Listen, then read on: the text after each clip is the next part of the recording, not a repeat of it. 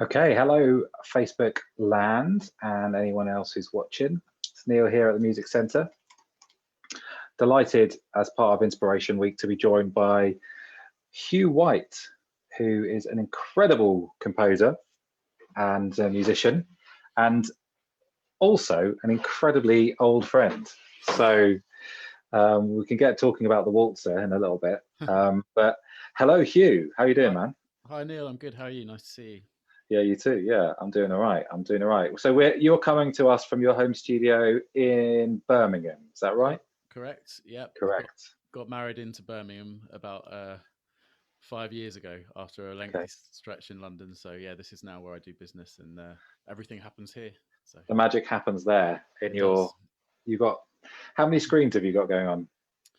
Uh, I think at the moment we're on four. Um, Occasionally an iPad comes out as well, but yeah, um, Okay. yeah, bit of a cockpit going on, but Yeah, they it all does come in look very handy. impressive. Yeah, I bet they do. So, like, because we can see a bit of it there. You've got like a mixer, and you've got your door up, and then you've got some effects boxes, and then you've got Zoom on the other screen. Is that what's going on there? Yeah, so my regular setup would be I'd normally have my main. I work in Logic primarily, so my main arrange window would normally be down here on the widescreen, so I get a nice wide view of the tracks area. But I put it up here for purpose of the screen sharing. So today I've got my mixer down here and my piano roll over here, which I always have open all the time, so I have access to whatever I'm arranging, obviously whatever I'm programming and whatever I'm mixing. It's all within easy grab. So Nice. yeah, So many people who are watching might have no idea what any of that means. So, and what? So you are a media composer, right? correct. And you've had, where I understand it, you write beautiful pieces of music that then other producers or composers take and then slot into their TV shows or into their films and stuff like that. Is that roughly kind of how it works? Yeah, so I guess the top level is that I'm a composer, so I write music, and the main outlets for that for me are production music. So, as you say, writing music for production music, or otherwise known as library music, libraries, which are basically online digital libraries of music, pre-made, pre-recorded, in a whole, the whole range of styles and genres, so that they're ready to roll out. So when production companies are making TV shows, films, even video games, if they need to go and find something quickly, they can look on the libraries, and it's just all recorded, mixed, mastered, ready to go. And what's more, different versions of each of those pieces as well. So different layers. So we call them stems. So maybe you could pull out just one section that you wanted from the piece if there was just a synthesizer you wanted, or just the strings, or just the choir, or whatever it was that you wanted in your show or your production. So um, someone might like the music, but it doesn't quite fit with the aesthetic because it's like brass and synths, and they want it to be more like woodlandy. So they'll use the same music, but they'll take just the string parts out, and they might take that kind of thing. yeah, it's just about giving flexibility. So when you write a piece of music, for production music, generally you're kind of aiming at a loose, or sometimes it can be quite a specific genre. So the piece that I'm going to be taking us through on Thursday is specifically aimed at space television, which is, Mhm. quite a defined thing, but it it could just as easily end up being used, on a cookery show, or whatever. Yeah, yeah, yeah. But having that flexibility to be able to, for the producers to be able to grab what they need is a big part of it. Mhm. So So, I mean, that sounds incredibly complicated, and also like you've got to have a lot. You've got to kind of have the end product in mind before you start. So that's you're right. so you're not like when you think of like Western classical composers, you might start with a note and then you'll just see where the journey goes. But a lot of your composing then for this part of your work anyway is really kind of goal orientated. Yeah, I mean, it kind of works in both ways, because yeah, sometimes you get a brief that's very specific, Mm, um, and but sometimes you'll find that there's a piece of, so whenever I don't have a brief or in between briefs or whatever, I'm always writing, I'm always starting ideas, and sometimes they get quite well developed, and sometimes they're just bits of ideas, and sometimes they sit there for a year or two, and then a brief comes along, and I scan my hard drive or scan my memory, and then I think, oh, that might be a good starting point for that. Mm, So the number of times where I've started something just for the sake of being creative, or maybe having a different story in mind to, to get the juices flowing, and then mm, a brief, or even sometimes like a short film or something comes in, and I'm able to start from that idea. I mean, obviously, then it will be completely bespoke to whatever it is, but we're always kind of coming up with ideas and being ready to go. sure, sure. So, I mean, Huw, I'm so delighted that you're able to kind of be part of this Inspiration Week because Thanks for Huw and having me. we've known each other since we were like 11, 12 years old. We spent many years in Southampton Youth Orchestra. We went on many tours together. Listened to Coal Chamber, I remember it very loud in various in various rooms. Maybe we shouldn't go there. And we were also the under 12 violin duet champions of I think Southampton, I think still undefeated to this day, if you ask me. undefeated. Yeah. And it's just amazing how like our different journeys that started so closely Yeah, together with the youth orchestra have taken us to different places. And now, so so that was back in the day when that was back in. you weren't too big enough to play the violin. You weren't too No, big to that's play the true. violin now. Yeah, I could just about fit. It didn't feel like a piece of a A firewood. I was pencil. snapping my thing. Yeah, exactly, exactly. So, uh, you know, I've talked to quite a few people on these Facebooks about our Inspiration Week, and we were just exploring what's been going on in lockdown. So, performing musicians, missing gigs, missing people, missing workshops and stuff like that. What's it been like for you? Because you as a composer, you tend to work by yourself in the most of the, and then Yeah. you get like recording sessions where your music then you've orchestrated it and then it gets recorded and things like that. But so how has it been for you, and what's been keeping you going? What things have you been working on in lockdown? I mean, in one sense, a lot of us composers joked when lockdown started that nothing had actually changed for us because we spend kind of 95% of our lives in these rooms anyway. Mm, But actually, there were big changes, and probably the most significant thing was actually the impact of family life. So, right. we have a toddler, and my wife's a key worker. So suddenly, the reality was that while nurseries were closed for 3 months, Mm, I was doing the childcare during the day and then trying to hit deadlines at night. mm, And another part of what I do for work actually is arranging and orchestrating for artists and recording of artists. course. Yeah. All that kind of thing basically stopped overnight Okay. um, with Because studios. there was no opportunity to record Yeah, studios the. closed, and obviously people are responding in creative ways now, and things are happening more remotely and what have you. And Mm, but that took a while, and obviously yeah. funding for things because the touring has stopped for a while. So just the whole scope of that world has changed. Um, and just start. I mean, for me personally, it's just started to trickle back in before Christmas, working with a few artists and stuff again. So that was such a relief to be able to work with other human beings. Mm, But yeah, the composing thing is like, as I say, it's kind of 95% alone, and then suddenly you're in a room with an orchestra and a producer and what have you.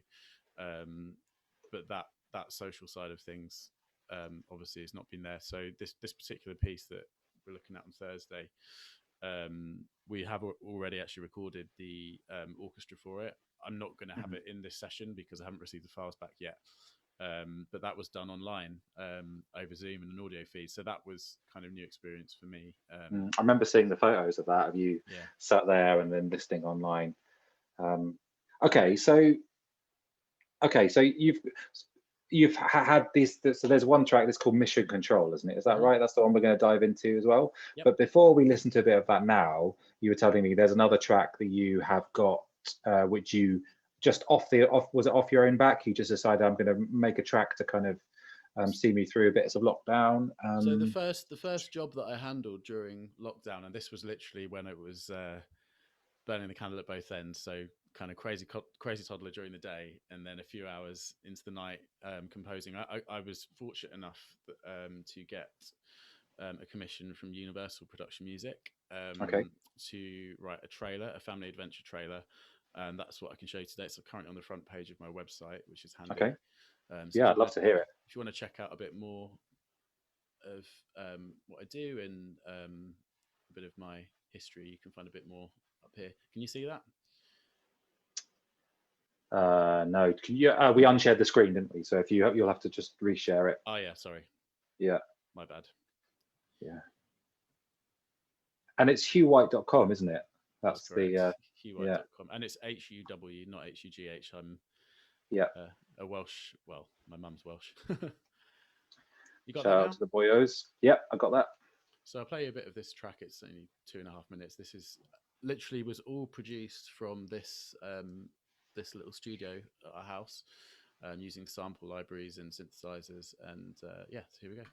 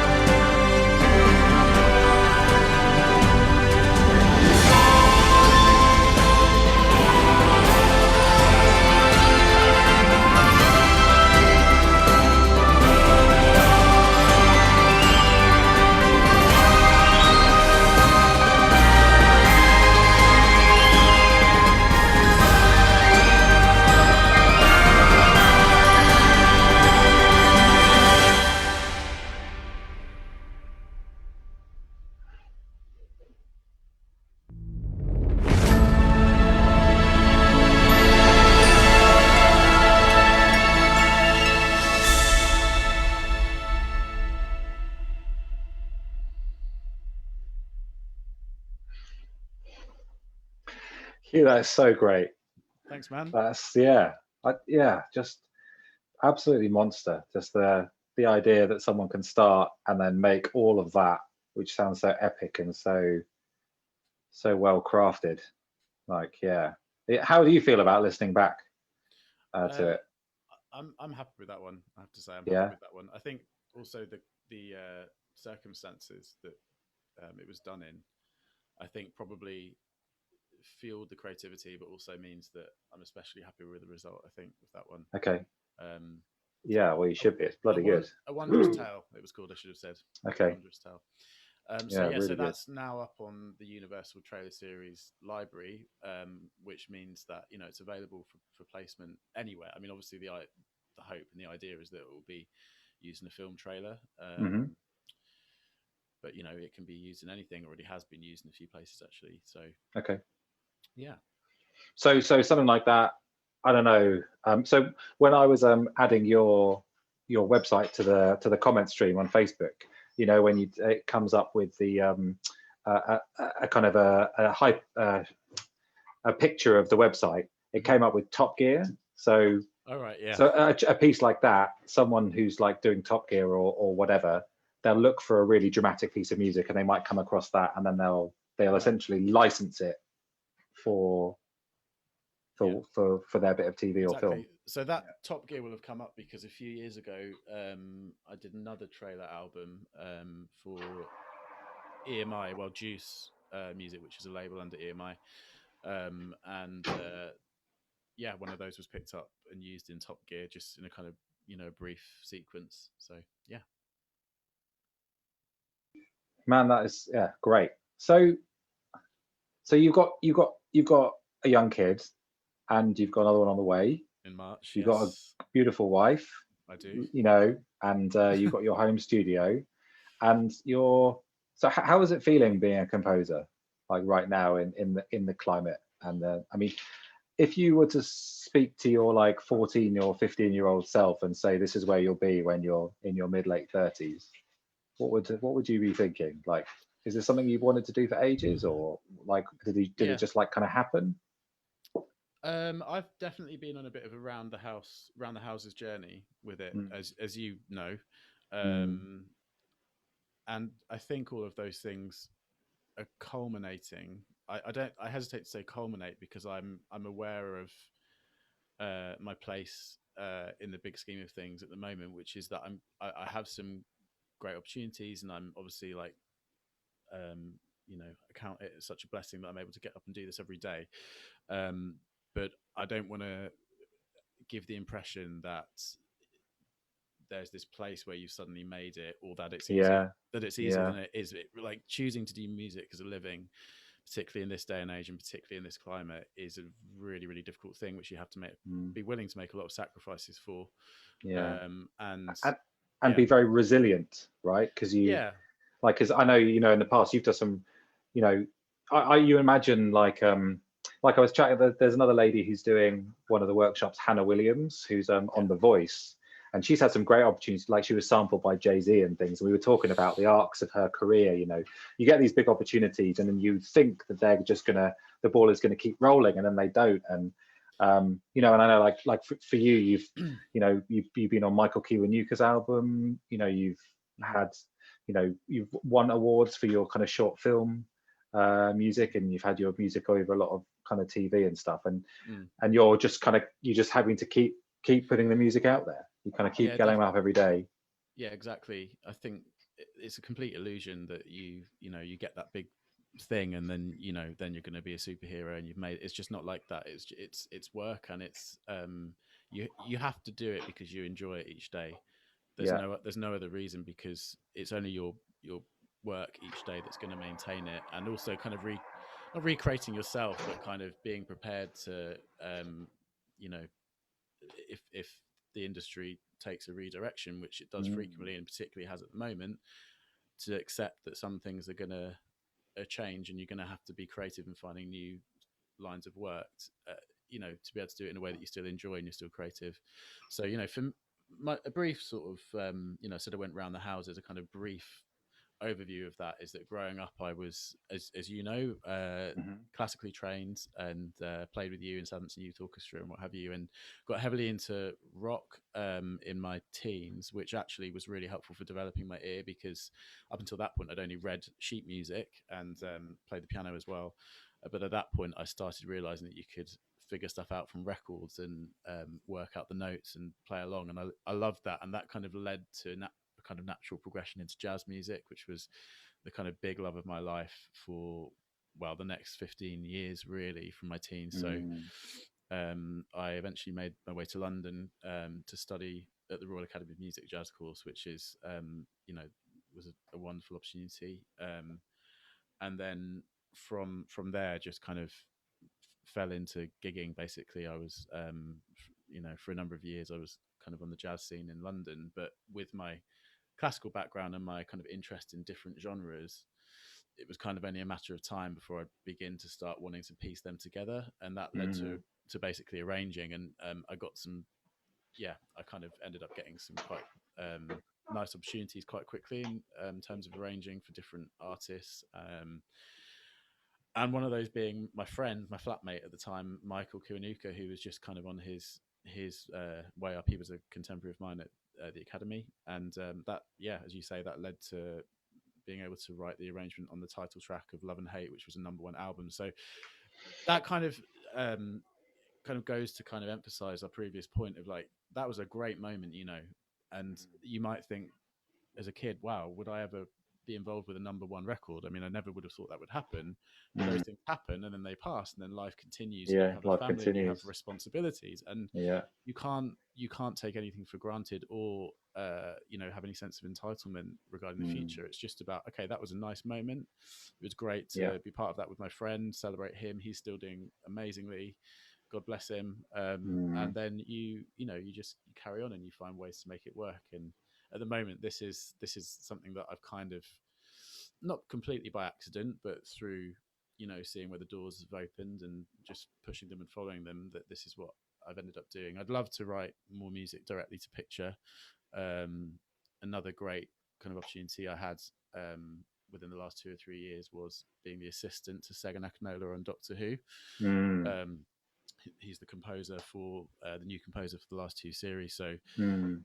uh, to be sort of behind the scenes on each episode there, and kind of helping with the nuts and bolts of that, and being at the sessions at Air Studios, where a lot of the big kind of blockbuster films are film scores are recorded.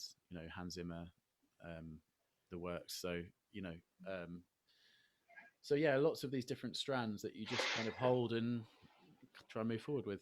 And now you're bringing all of that knowledge and experience to some of our students. So we've got a session with you on Thursday at 1 o'clock. Mm-hmm. And so what are you going to be sharing with us? What are you going to be bringing to us? Like, what do you want us to kind of Sure. get from the session with us on Thursday? Well, I kind of wanted to just keep it real, so I thought, why not share with you something that I'm currently working on? So that is this EMI production music album on the KPM label, which was commissioned during lockdown in the summer, and was I'm working with a team of composers on it, and I wrote 4 tracks, which were all, as I say, recorded in Hungary with the live orchestra in October over Zoom. Over Zoom? Yeah, Yeah, yeah. I've normally go out there to record, which is fun, but it was a bit different this time around. No goulash to be had this time. No. Okay. So yeah, I'm going to share with you where this session's at. Well, our students who do music production will understand that, because they for the last, since March, have been doing remote access to the university studio in order to like engage in high quality audio. So they'll know exactly what you've been doing as well. Carry on. Yeah. So basically, this session, which presumably you can see on your screen now, Certainly can. It's quite a big session. The brief for this included words such as majestic, cinematic, adventure, infinite, desolate. So there was plenty of scope to go big. So it is quite big. And what you're seeing here is a lot of MIDI instruments. So these, as I say, this brass and strings has all been recorded live and probably won't be replaced by the live audio, but will be kind of augmented by it and supplemented by it, all the way down to a load of synths and sound design. And yeah, so that's kind of like the scale of it. And then the track itself, I'll just let it speak for itself if that's cool with you. I'll just play it through, and have we got time to do that? Yeah, maybe let's do half of it or something. We don't want to give it all away. Okay. Yeah. All right. Okay. Okay. Mission control. We'll do the first half. Here we go. Okay.